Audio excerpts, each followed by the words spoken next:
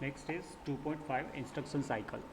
Okay, so instruction cycle is simply step for executing one instructions.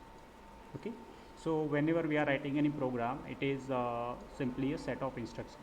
Okay, so we can execute every instruction of that program one by one. So from fetching that instruction from memory to processor, okay, then the whole time required to complete the execution of that unit is called instruction cycle. Okay, and every instruction has to follow 3 or 5 steps, we can say, to execute, to get it execute completely. Okay, so there are number of steps for executing one instructions. Are the very first is instruction fetch, means reading instruction from memory into processor, means memory में से लेके processor में लाके उसको हम instruction register में place कर देंगे, ये होगा फर्स्ट स्टेप. उसके बाद है instruction decode. Instruction decode is to determine type of operation to be perform and operand to be used. Means decode करेंगे कि इसमें क्या ऑपरेशन परफॉर्म करना है. As we know there are two part, एक पार्ट है ऑपकोड और दूसरा पार्ट है ऑपरेंड. तो जो ऑपकोड पार्ट है इंस्ट्रक्शन का उसको हम डिकोड करेंगे to identify what type of operation to be perform. Addition करना है, सब्ट्रैक्शन करना है, क्या करना है. ओके, तो आइडेंटिफाई करेंगे, उसको बोलेंगे हम डिकोडिंग. उसके बाद फिर हम ऑपरेंड को आइडेंटिफाई करेंगे. ओके, और वो ऑपरेंड कहाँ से मिलेगा वो हम आइडेंटिफाई करेंगे in the phase of decoding. उसके बाद है फिर operand fetch, means once we decode from where we have to fetch the operand. यदि मेमोरी में से तो मेमोरी में से फैच करेंगे, कोई रजिस्टर में ऑलरेडी स्टोर है, कोई पिछले एग्जीक्यूशन का रिजल्ट है तो फिर वहाँ से ऑपरेंड लेंगे, कोई इनपुट डिवाइसेस में आएगा तो वहाँ से लेंगे. That is the operand fetch. Okay, then fourth is data operation, means one we decoded the opcode कि क्या ऑपरेशन परफॉर्म करना है. Once we decoded what operation operator to be use, फिर उस ऑपरेंड पे हम वो ऑपरेशन परफॉर्म कर देंगे. That is the data operation, perform the operation mention in the instruction. And the last step is store the result. Okay, means right the result into memory. जैसे execution पूरा हुआ उसका जो रिजल्ट आएगा उसको हम बैक मेमोरी में किसी एड्रेस पे स्टोर कर देंगे. So these are the 5 step which are part of instruction step. तो कोई एक इंस्ट्रक्शन जब हम फैच करेंगे उसके बाद डिकोड करेंगे, फिर ऑपरेंड फैच करेंगे, फिर उसके ऊपर ऑपरेशन करेंगे एंड फिर रिजल्ट स्टोर करेंगे. This 5 steps forms one instruction cycle. Okay, so every instruction of a program, suppose we are having program and it is divided into 10 instructions, so every instruction has to go under these 5 steps. तो वो 10 instruction में से हर एक instruction को ये 5 step follow करने हैं. Okay, और ये 5 स्टेप फॉलो करने में जो टाइम लगेगा that is one instruction cycle. तो एक इंस्ट्रक्शन साइकिल में ये 5 स्टेप आएंगे और हर एक इंस्ट्रक्शन को ये 5 स्टेप फॉलो करने हैं. सो टोटल 10 इंस्ट्रक्शन है तो 5 हर एक इंस्ट्रक्शन को ये 5 स्टेप फॉलो करने हैं. तो 10 इंस्ट्रक्शन, उसमें फर्स्ट आएगा, फिर ये 5 स्टेप फॉलो करेगा, एक इंस्ट्रक्शन साइकिल पूरी. फिर दूसरा इंस्ट्रक्शन आएगा, ये 5 स्टेप फॉलो करेगा, दूसरी इंस्ट्रक्शन साइकिल पूरी. So in this way we have to perform 10 instruction cycle for executing that program of 10 instruction. Okay, यहाँ पे एक एग्जाम्पल है, suppose add X B x.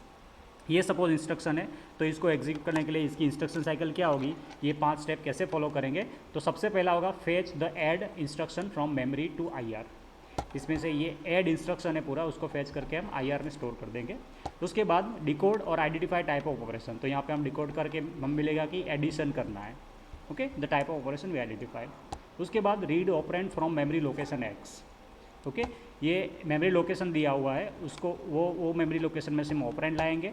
उसके बाद perform addition of content fetched from X and register BX. जो X location से हम content लेके आए उसका हम एडिशन करेंगे जो कंटेंट BX रजिस्टर में स्टोर होकर रखा है पहले से उसके साथ. और जो रिजल्ट आएगा उसे हम right the result from processor into main memory location X में जो रिजल्ट आएगा उसे हम वापस X मेमोरी लोकेशन पे स्टोर कर देंगे. Okay, so this is the one instruction cycle. तो यहाँ पे हम देखेंगे फ्लो चार्ट कि वो 5 स्टेप कैसे फॉलो करेंगे हर एक इंस्ट्रक्शन के लिए.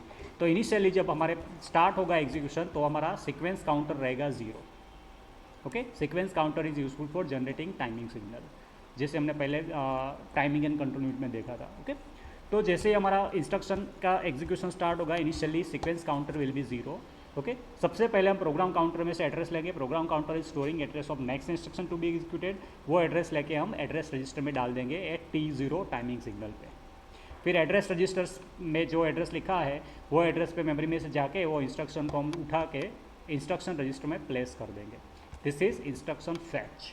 We will perform it at time t1 और हम प्रोग्राम काउंटर को +1 कर देंगे कि अभी जो इसमें प्रोग्राम काउंटर में पॉइंट था नेक्स्ट वो अभी आ गया है, अभी प्रोग्राम पैटर्न उसके बाद जो आने वाला है उससे पॉइंट करेगा फिर। Okay, then at t2 timing signal 2 we will decode the instructions. Decode कैसे करेंगे कि हमारे पास 16 बिट का इंस्ट्रक्शन रहेगा। ओके, तो उसमें से जो MSB रहेगा 15 बिट, उसमें जो बीट है वो बीट हम आई फ्लिप फ्लॉप में डालेंगे। 12, 13 एंड 14 नंबर का जो बीट है उसको हम डिकोडर में दे देंगे। ओके, और 0 to 11 जो यहाँ पे एड्रेस रहेगा ऑपरेंड का उसे हम सर्किट में दे देंगे, मीन्स हियर। ओके, यहाँ पे ये 3 बिट डिकोड करके हम डिकोडर को देंगे, ये देंगे हम फ्लिप फ्लॉप को, और ये हम देंगे यहाँ पे सर्किट में। ओके, सो यहाँ पे जब हम डिकोडर को ये 3 बिट देंगे तो यहाँ से हम आइडेंटिफाई करेंगे कि कौन सा ऑपरेशन करना है। अब हमें पता है कि ये 3 बिट यदि 0 से 6 में डिकोड करते हैं तो ऑपरेशन रहेगा हमारा मेमोरी रेफरेंस। यदि ये 3 बिट 7 डिकोड करते हैं तो ऑपरेशन हमारा इंस्ट्रक्शन का फॉर्मेट रहेगा इधर रजिस्टर रेफरेंस और मेमोरी रेफरेंस। उसके बाद फिर हम चेक करेंगे कि मेमोरी रेफरेंस है या रजिस्टर रेफरेंस है, सॉरी इनपुट आउटपुट रेफरेंस है या रजिस्टर रेफरेंस। तो ये D7 बिट हम चेक करेंगे। D7 बिट की वैल्यू यदि 1 रही तो ये 7 इंडिकेट होगा, तो either operation will be register reference और इनपुट आउटपुट रेफरेंस। तो यदि D7 0 रहा मतलब कि 0 और 6 में से कुछ होगा तो हम परफॉर्म करेंगे मेमोरी रेफरेंस। ओके, D7 की वैल्यू 1 रहेगी तो रजिस्टर रेफरेंस या input output reference, depends on flip flop value, this addressing mode value. और यदि इसकी वैल्यू D7 की वैल्यू 0 रहेगी तो मतलब कि 0 से 6 में ही कुछ रहेगा, तो वो रहेगा मेमोरी रेफरेंस इंस्ट्रक्शन। ओके, तो यहाँ पे हम फ्लो चार्ट में आइडेंटिफाई करेंगे D7 बिट।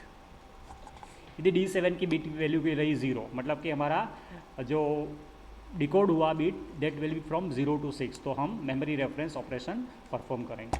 यदि D7 की वैल्यू रही 1 तो either we have to perform register reference और इनपुट आउटपुट रेफरेंस।